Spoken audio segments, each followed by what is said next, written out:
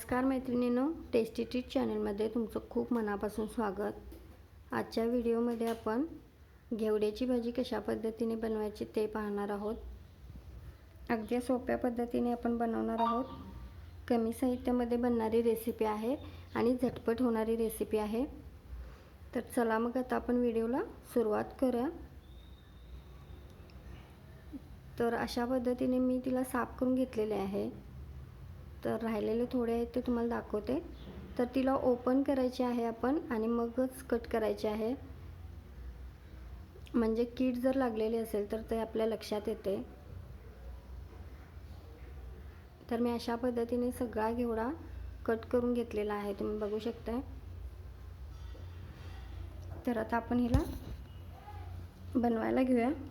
तर मी गॅसवर एक कढई ठेवलेली आहे। कढईमध्ये मी 1 चमचा होईल एवढं तेल घातलेलं आहे। तेल गरम झालं की त्याच्यामध्ये एक बारीक चिरलेला कांदा घालायचा आणि कांदा मस्त फ्राय झाला की त्याच्यामध्ये मी 5 ते 6 कढीपत्त्याची पाने घातलेली आहेत। कढीपत्त्याने स्वाद खूप छान येतो। ऑप्शनल आहे, तुम्ही नाही घातला तरी चालेल।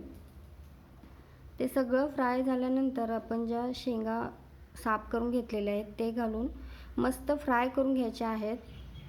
हे बघा, आपल्या शेंगा आता भाजलेल्या आहेत। फ्राय केल्यामुळे चव खूप छान येते भाजीला। तर आता ह्याच्यामध्ये आपण कोल्हापुरी लाल तिखट 2 चमचे घालणार आहे मी।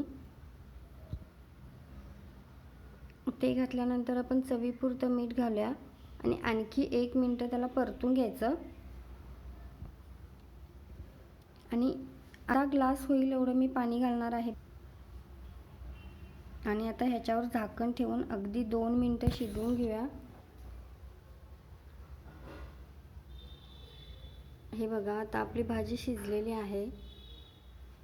कमी पाण्यातच भाजी शिजली जाते। ही पटदिशी होणारी रेसिपी आहे। तर आता ह्या स्टेपला आपण ओलं खोबरं वापरायचं आहे। तुम्ही शेंगदाण्याचा कूटही वापरू शकता। तर मी 4 चमचे होईल एवढं ओलं खोबरं यूज केलेलं आहे। तर आता त्याला मिक्स करून आणखी 1 मिनिट आपण आता ह्याला झाकण ठेवून शिजवून घ्यायचं।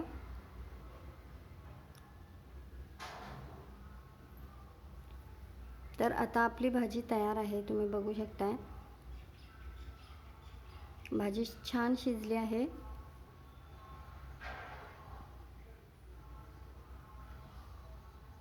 तर आता आपण प्लेटमध्ये लावून घेऊया।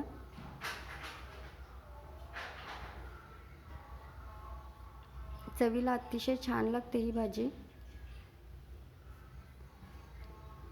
जर तुम्ही माझ्या चॅनलवर नवीन असाल तर चॅनलला लाईक, शेअर आणि सबस्क्राईब करायला विसरू नका।